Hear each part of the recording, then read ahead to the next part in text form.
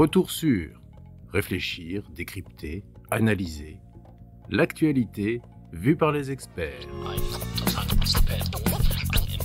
En septembre dernier, le gouvernement français présentait un plan de relance dans lequel étaient prévus 4,7 milliards d'euros pour la relance des échanges de marchandises par voie ferrée, par le fret.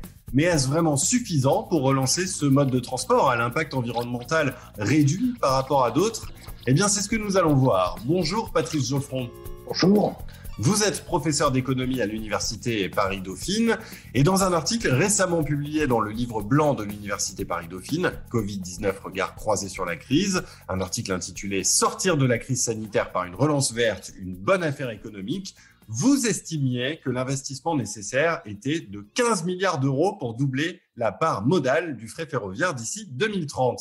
Est-ce qu'il faut en conclure, en conséquence, que l'effort du plan de relance n'est pas à la hauteur des enjeux ?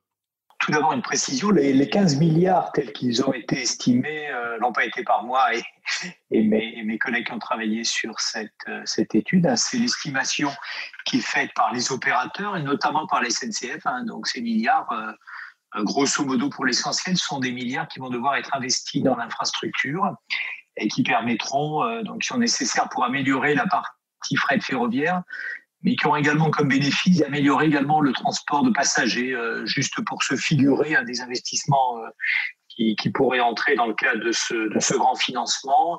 Il pourrait y avoir par exemple le contournement de Lyon ou le contournement de Lille, et dans le cas de Lyon en particulier, bien, ça permet de désengorger une métropole autour de laquelle ou au travers de laquelle passent beaucoup de camions, et donc simplement pour situer les enjeux.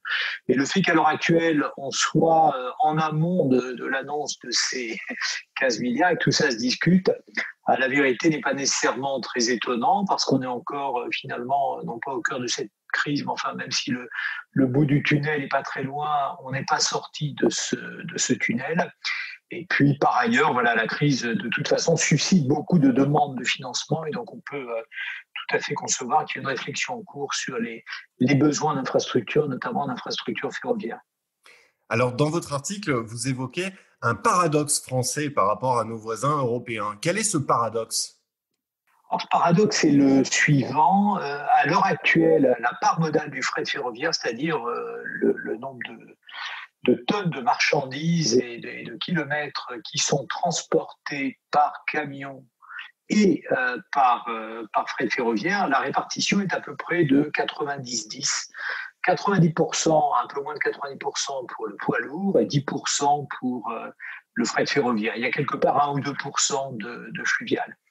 Donc c'est très très bas, c'est en décroissance constante au fil de ces décennies, notamment depuis le début, depuis l'an 2000. Il y a une décroissance qui est assez constante, et de telle sorte que nous sommes à l'heure actuelle à peu près à la moitié de ce qu'est la part modale, c'est-à-dire la proportion du fret ferroviaire en Europe, qui est de l'ordre de 18 à 20%, et chez certains de nos voisins, en Suisse par exemple, on est très très au-delà, et chez la plupart de nos voisins, de toute façon, on est sensiblement au-delà de ce qu'est la situation en France.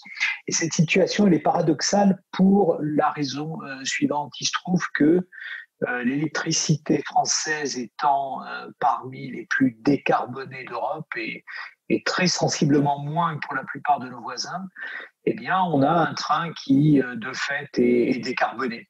À peu près 90% des marchandises qui sont transportées par fret ferroviaire le sont via des lignes qui sont électrifiées. Il reste certes des motrices diesel pour le solde, mais grosso modo, on a un train qui est un train très décarboné, ce qui n'est pas le cas de la plupart de nos voisins. Et d'où ce paradoxe. Le paradoxe, c'est qu'il y a une sous-utilisation du fret en France, alors que ce fret ferroviaire présente potentiellement de grands bénéfices environnementaux, notamment en termes de CO2 évité. Alors, comment est-ce qu'on peut mettre fin aujourd'hui à ce paradoxe ? C'est une affaire qui est très compliquée, et les spécialistes du domaine s'accordent sur le fait qu'évidemment, il faut investir dans l'infrastructure, mais cette décroissance sur plusieurs décennies ne se résout pas uniquement à coup de milliards. Donc il y a évidemment toute une série d'enjeux qui sont des enjeux de continuité, de qualité du service.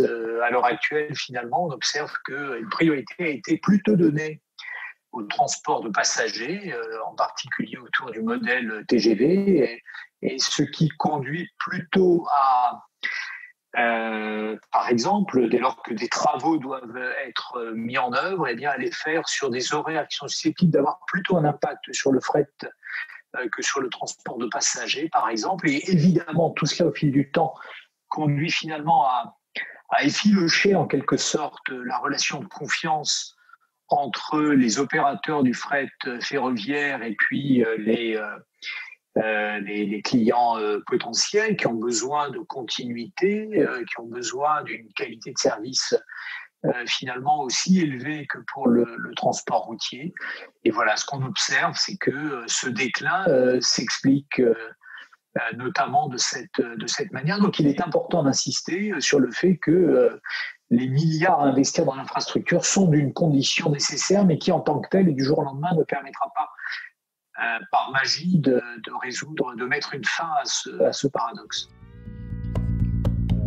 Retour sur réfléchir, décrypter, analyser l'actualité vue par les experts.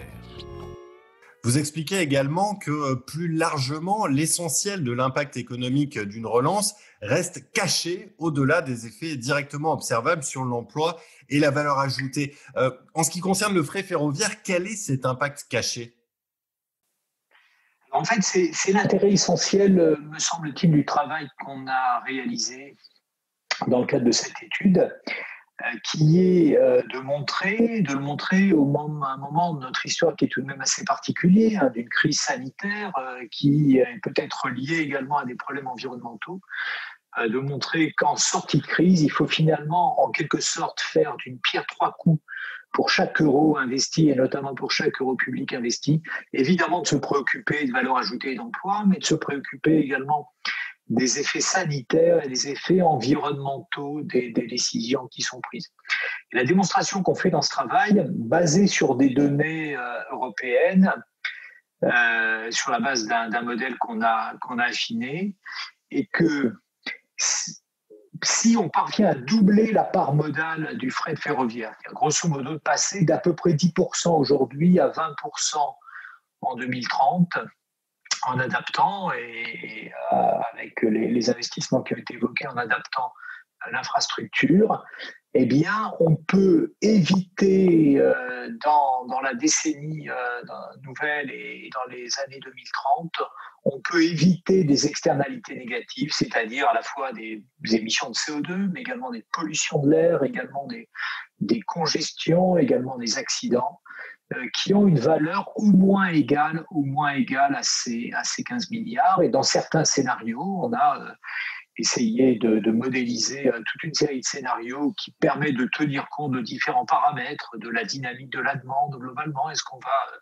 avoir des flux de transport très importants ou une stabilisation, également du progrès technique, et notamment dans le domaine du transport routier. On parle beaucoup, par exemple, du développement de l'hydrogène qui pourra intervenir dans les années 2030. Et bien, lorsqu'on prend en compte tous ces paramètres pour établir différents scénarios, on s'aperçoit que le résultat que j'évoque, il est assez robuste. Et en fait, dans tous ces scénarios, finalement, en une quinzaine d'années, eh bien, on compense l'investissement dans l'infrastructure, ces 15 milliards, et évidemment, c'est beaucoup d'argent, par des effets négatifs évités. Donc, je répète, c'est du CO2 en moins, c'est des pollutions de l'air en moins, en particulier de la congestion en moins et des accidents en moins. Et donc, il nous a semblé que ce type de résultat, il fallait qu'on le mette dans le débat public parce que voilà, il faut que cette crise nous permette de progresser dans la compréhension de ces enjeux cachés, notamment si on prend en compte le fait, et ça s'est confirmé malheureusement depuis, que la pollution de l'air a eu un effet aggravant sur la mortalité Covid. Il y a beaucoup de travaux issus du monde médical qui viennent le confirmer. Donc voilà, la conclusion qu'on en tire, c'est qu'il est impossible et il serait très grave d'occulter ces effets entre guillemets cachés. Retour sur réfléchir, décrypter, analyser l'actualité vue par les experts. Comment est-ce qu'on peut mieux intégrer ces bénéfices environnementaux et sanitaires dans l'analyse économique et donc dans la prise de décision en matière de politique publique ? Pour le travail qu'on a fait, il y avait des données européennes qui étaient très très récentes de 2019 et qui mettaient à jour les externalités comparées du transport routier, du transport ferroviaire, du transport fluvial. Donc on avait des données qui étaient toutes fraîches et qui étaient très très précises et qui permettaient finalement de faire ce type de travail pour les 27 ou 28 pays européens avec une maille très très fine. Donc il faut les intégrer dans l'analyse et les porter dans le débat public.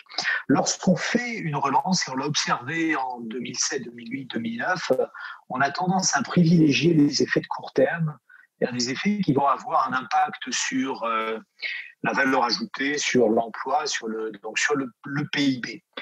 Le PIB qui est généralement l'alpha et l'oméga, mais une relance à court terme peut se faire au détriment de l'intérêt à long terme. Et en fait, ce qu'on a souhaité montrer avec cette analyse, c'est que l'intérêt à long terme, c'est pas la cerise sur le gâteau, c'est pas une toute petite cerise sur un gros gâteau. Non, la cerise, elle est aussi grosse que le gâteau. S'il y a un résultat qui est assez original dans cette étude, évidemment, les données sont publiques et nos calculs peuvent être refaits et contredits. S'il y a un résultat qui est original, c'est que ces effets généralement cachés, qui sont des effets de long terme, qui sont diffus, etc., eh bien, on peut les traduire économiquement. Et lorsqu'on les traduit économiquement, eh bien, on obtient des chiffres qui sont très, très considérables. Et donc, finalement, ce résultat, il est à la fois essentiel, évidemment, pour éclairer les enjeux, les investissements à venir en matière de fret ferroviaire. Il nous semble qu'ils sont également extrêmement intéressants pour réfléchir à d'autres problématiques qui sont, par exemple, les effets liés à des aménagements dans les cités, dans les villes, de telle manière à réduire les pollutions internes et les pollutions de l'air en particulier.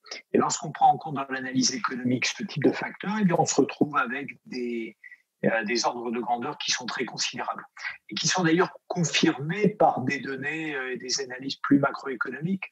Lorsque vous regardez les travaux qui sont faits par l'OCDE, qui sur le long terme travaille sur la problématique de la qualité de l'air, l'OCDE nous dit qu'en Europe, la qualité de l'air s'est améliorée d'à peu près 20% depuis le début du siècle, de notre siècle, et que ça explique à peu près 15% de la croissance européenne, ce qui évidemment est très très loin d'être négligeable. Autre ordre de grandeur, pour la France, lorsqu'on regarde les effets négatifs chiffrés de la pollution de l'air, alors que l'Europe n'est pas le pire pays, alors que la France, n'est pas le pire pays d'Europe, eh bien, les ordres de grandeur, c'est entre 2 et 4% du PIB, c'est-à-dire entre 50 et 100 milliards d'euros par an, avec une mortalité de près de 50 000 personnes par an, hors année Covid, naturellement. Voilà, et donc, nous, notre conviction, et finalement, on s'est engouffré, si on peut dire, dans l'espace de réflexion qui est créé par la crise. Notre conviction de longue date, elle est qu'il est encore moins possible d'occulter ces ordres de grandeur du fait de cette crise et après cette crise, parce que finalement, acquitter des coûts pour la collectivité, pour la France, de 2 à 4% du PIB par an liés à la pollution de l'air, et ces ordres de grandeur sont corroborés, par exemple, par des travaux du Sénat, eh bien, c'est évidemment absolument exorbitant et à la fois pour des raisons économiques, c'est mon métier, mais évidemment pour des raisons liées à la santé et au type de société dans lequel on veut progresser.